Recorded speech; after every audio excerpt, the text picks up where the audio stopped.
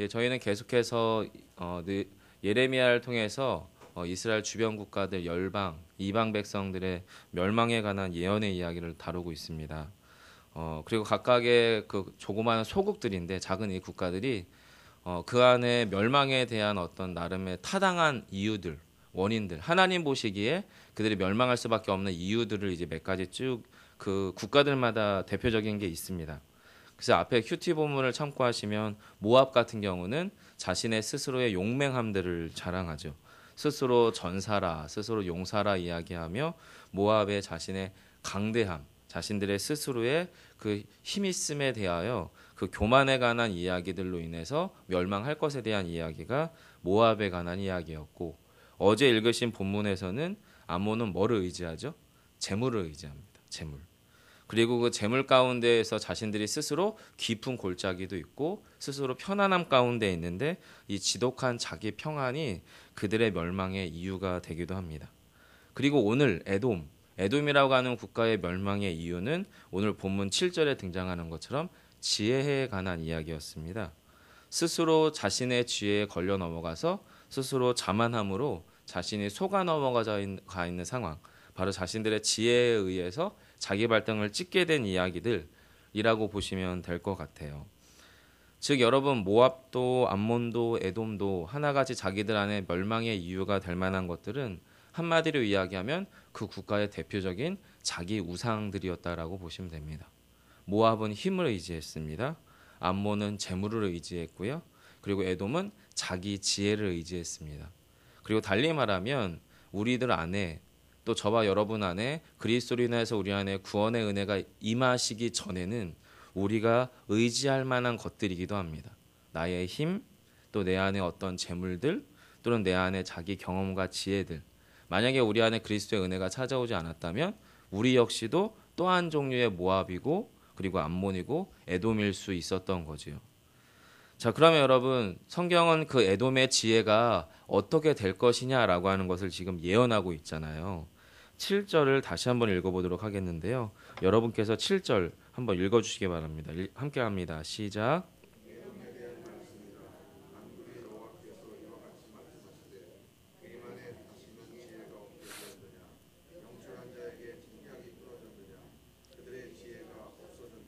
네, 본문에 등장하시는 여호와 하나님, 당신에 대한 자기 고백은 여전히 만군의 여호와입니다. 하나님께서 만군의 여호와라고 하는 자기 언어를 사용하실 때에는 바로 눈앞에 적이 존재할 때입니다. 즉 하나님께서 지금 당신의 싸움, 여호와의 전쟁을 시작하셨을 때에 당신을 표현하는 게 만군의 여호와입니다. 그리고 실제로 이것은 역사 안에서는 어떠한 전쟁들이나 국가의 멸망사랑 맞닿아 있습니다.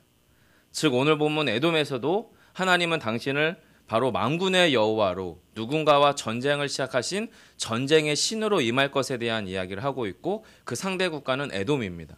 그리고 그 에돔은 하나님 앞에서 지금 철저하게 패망하고 있는데 바로 에돔의 지혜가 어떻게 사라져가고 있는지를 본문 7절은 이야기하고 있죠. 그래서 주님께서 이렇게 반문하시는 겁니다. 대만에 다시는 지혜가 없게 되었느냐? 의문문이지만 실제로는 단정문이죠. 대만의 지혜가 없게 되었다라고 하는 거예요. 큐티책을 참고하시면 대만이라고 하는 것은 에돔의 또 다른 별칭이라고 이해하시면 됩니다. 그리고 주님께서 또 이렇게 얘기하십니다. 명철한 자에게 책량이 끊어졌느냐? 그들의 지혜가 없어졌느냐? 계속해서 반문, 질문하면서 질문 가운데서 당신의 결과를 단정적으로 말씀하고 계신 거예요. 근데 여러분 본문을 유심히 보시면 앞부분에 대만에 다시는 지혜가 없게 되었느냐라고 하는 것을 영어식으로 표현하면 no anymore예요. 더 이상 없게 되었다라고 하는 현재적 상황에 대한 이야기예요. 더 이상 지혜가 존재할 수 없는 상태가 된 바로 그 상태 그 자체를 설명하고 있는 게 앞부분이에요. 그리고 여러분 이어서 바로 명철한 자에게 책량이 끊어졌느냐. 요 책략이라고 하는 것이 예전 성경에서는 모략이라고 하는 단어였습니다. 모략. 어떤 문제가 생기면 그 문제에 대한 문제 해결책, 이것이 일반적으로 모략이고 책략이거든요. 그런데 지금 에돔이 어떤 상황이냐면 더 이상의 모략도 사라지고 그 모략을 제공하던 모략가도 사라진 상태. 우리식으로 표현하면 문제 해결책도 사라져 버렸고 문제 해결자도 사라진 상황. 그래서 에돔에는 더 이상 소망이 사라져서 에돔에 발생하는 문제 자체를 진단할 수도 없고 그 문제를 해결할 수도 없는 상태. 이것이 지금 7절에 책략이 끊어져 있는 상태를 말하는 거예요. 즉 앞에서는 더 이상 지혜가 존재하지 않는 에돔이에요. 그리고 앞에서의 에돔은 더 이상 문제 해결책도 문제 해결자도 나타날 수 없는 상태를 말해요. 그래서 여러분 7절 끝부분에 그들의 지혜가 없어졌느냐라고 하는 것은 완전히 지혜가 소멸되어져 있는 상태, 그 상태를 지금 7절이 이야기하고 있어요. 여러분 그러면 성경은 지금 에돔이 지혜를 의지했다고 이야기하는데 에돔이 자기의 지혜를 붙잡고 살았다라고 이야기하는데 그 에돔의 지혜가 사라진 그 결과가 무엇이냐? 이것을 여러분 성경 오늘 본문은 상징적인 언어로 비교하고 대조합니다. 무슨 말씀이냐면 본문에 보시면 에돔이라고 하는 에서라고 하는 표현이 등장을 해요. 첫 번째는 에서의 재난이라는 단어가 등장을 하죠. 8절에.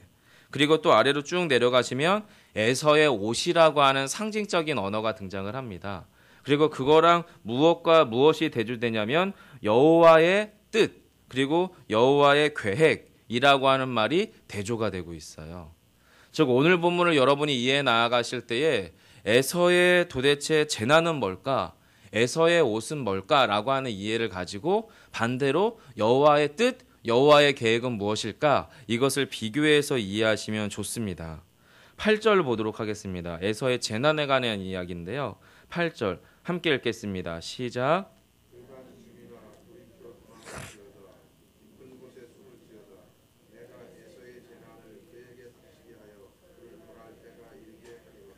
네, 드단 역시도 에돔에 있는 근고에 있는 어떤 도시나 지명이라고 이해하시면 되고요.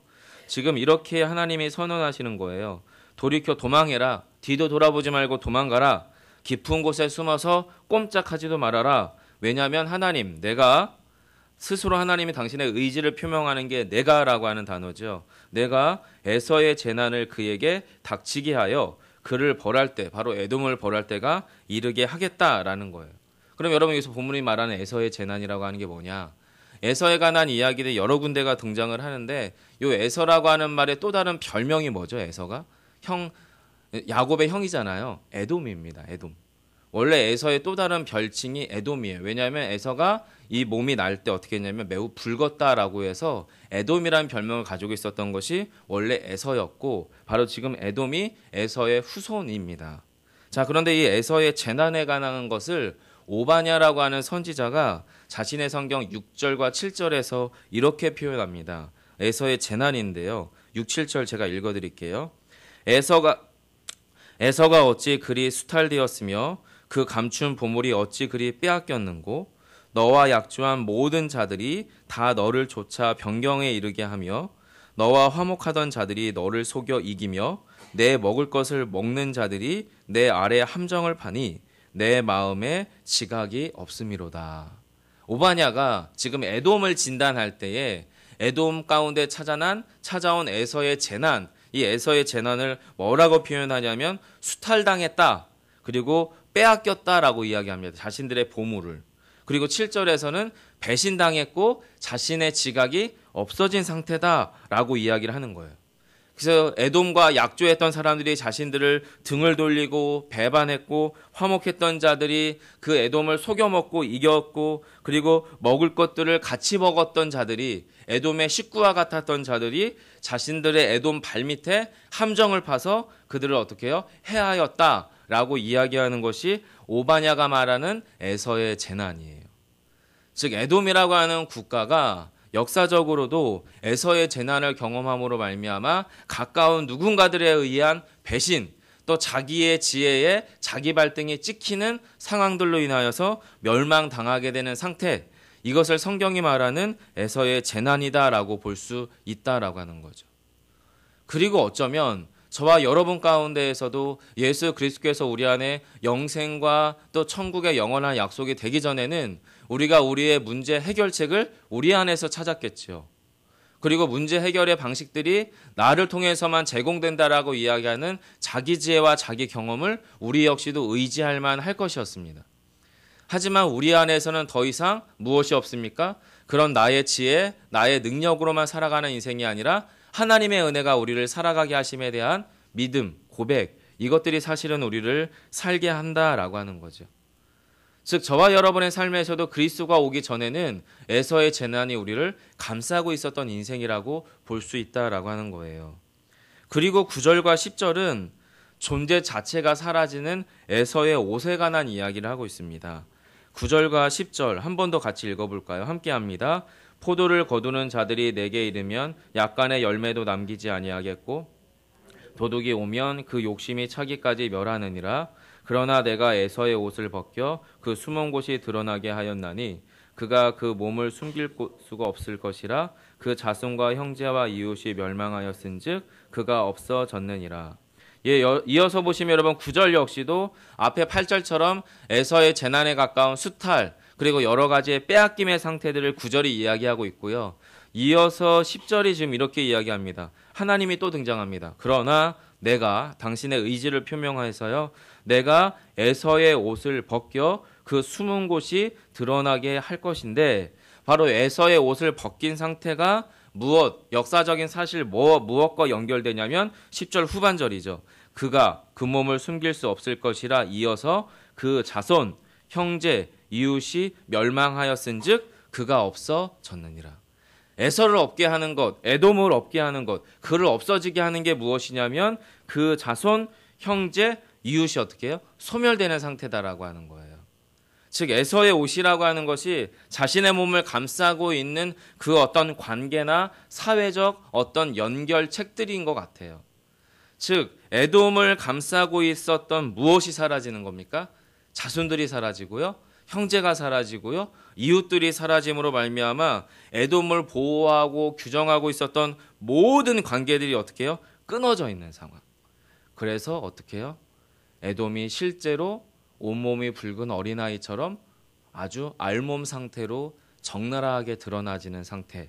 그것이 지금 10절이 이야기하는 에서의 옷입니다.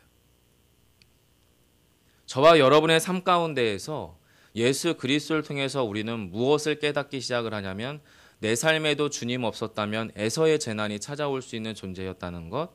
또한 우리가 예수 그리스도 십자가 가운데 섰을 때에는 마치 정말로 빈 껍데기와 같이 또 빈손으로 왔던 어린아이의 생명처럼 주 앞에서 우리가 자랑할 만한 모든 것들이 제거당함으로 오직 그리스도의 은혜만을 소망하고 갈망하게 되는 상태. 이것이 바로 에서의 옷이 가지고 있는 의미인 것 같아요. 그래서 우리도 어디로 올라가야 됩니까? 원초적인 모습 그 상태, 바로 붉은 에돔의 상태로 거슬러 올라가야 되는 거죠. 창세기에서 아버지 이삭이 에서를 낳고 이렇게 이름합니다. 먼저 나온 자는 붉고 전신이 털옷 같아서 이름을 에서라 하였고. 여러분 상상해 보세요. 아버지 이삭이 아들 에서를 낳습니다. 그리고 그의 발 뒤꿈치를 잡고 야곱이 나옵니다. 그리고 자신의 아내를 통하여서 이 에서가 어떤 존재가 될지, 작은 자를 섬길 큰 자에 대한 예언을 받게 됩니다. 이것은 이삭이 받은 하나님의 신탁이었습니다.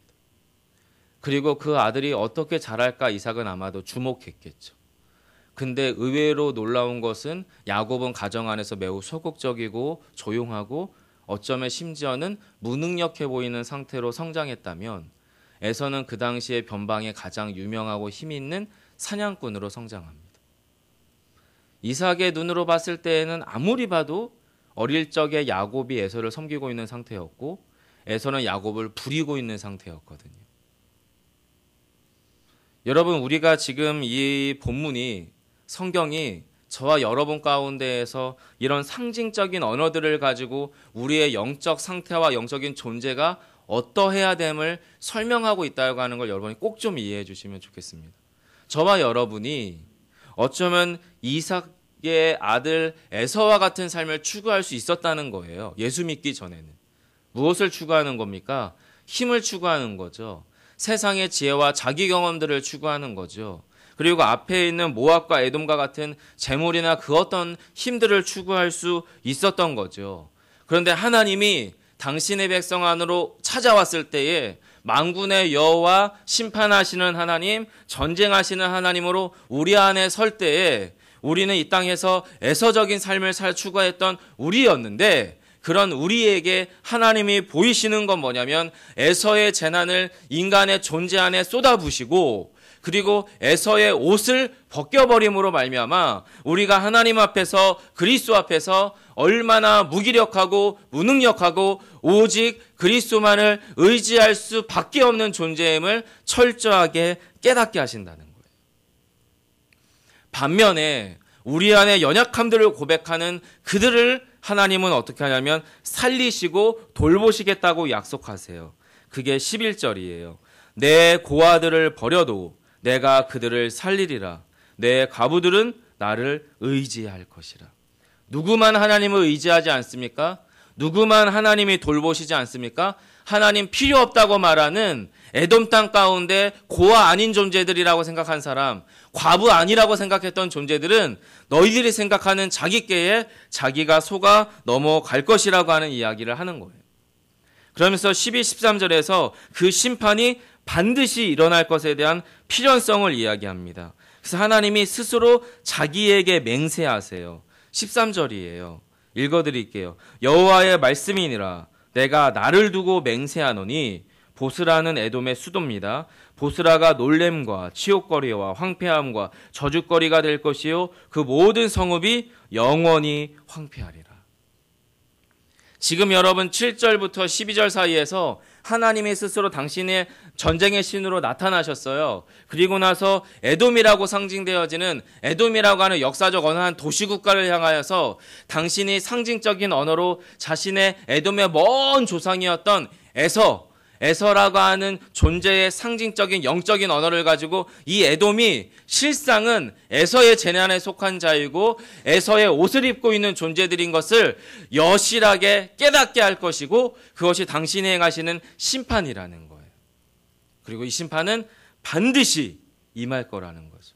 누구에게만요? 나는 고아 아니라고 말하는 존재들에게, 나는 과부 아니라고 말하는 존재들에게, 하나님의 국률이 필요 없다고 말하는 그들에게 하나님께서 당신의 심판의 완전성을, 필연성을 보여주시겠다라고 하는 겁니다. 이렇게 전쟁을 선언하시고 심판을 선언하신 후에 14절에서 화자, 말하는 사람이 바뀌어요. 바로 예레미야의 입을 빌립니다. 여러분 14절 한 번 더 함께 읽어볼까요? 함께 합니다. 시작.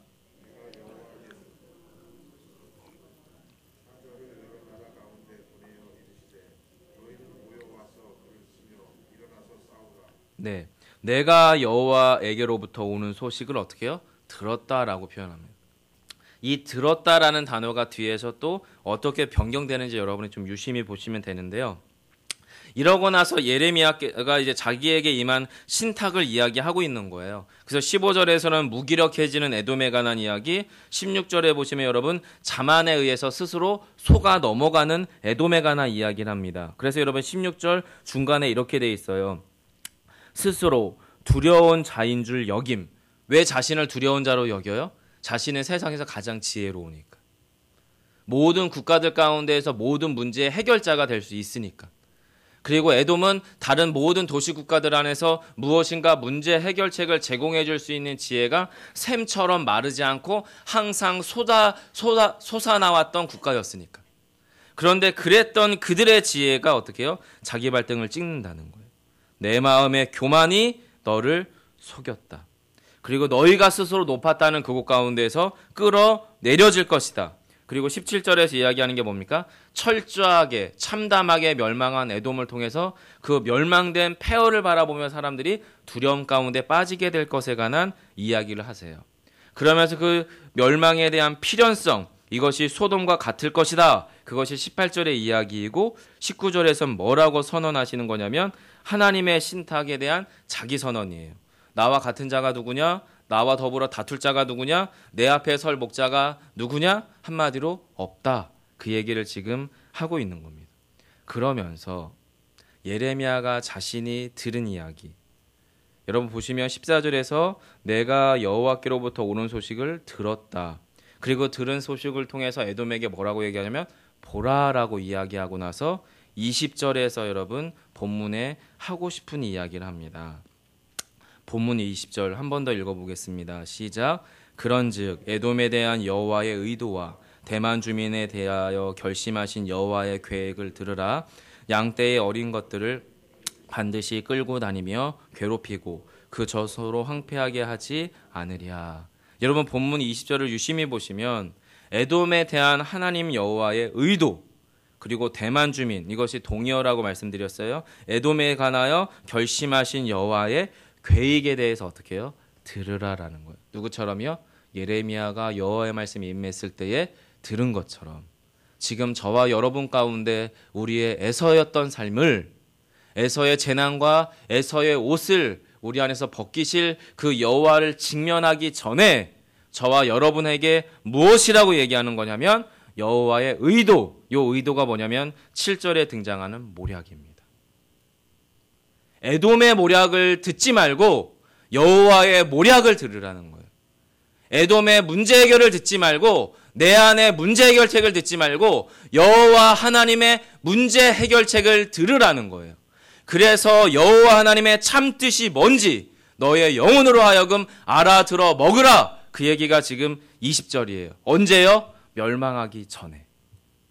전쟁의 신으로 여호와 하나님이 임하시기 전에 너의 그 처소가 안전하고 지혜롭고 유일하다고 말했던 그곳이 황폐해지기 전에 너희들의 어린 양 같은 자손들이 끌려다니며 여기저기서 천덕꾸러기처럼 무너져 내리기 전에 너희가 여호와의 의도와 여호와의 뜻을 들으라는 거예요.